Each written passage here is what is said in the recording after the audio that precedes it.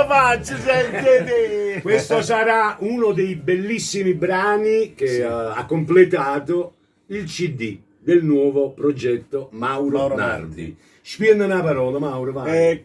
Cosa devo dire? Devo dire che Alessandro Scambati è bravissimo e ci ha messo tutto il cuore per realizzare quest'album per Mauro Nardi, e poi Enzo, che è stato lui il direttore artistico, colui che ha avuto l'impegno di tutte le canzoni di dare un ok e dire Mauro Nardi, questo secondo me è per te. E poi l'ha scritto anche lui per Mauro Nardi. È chiaro.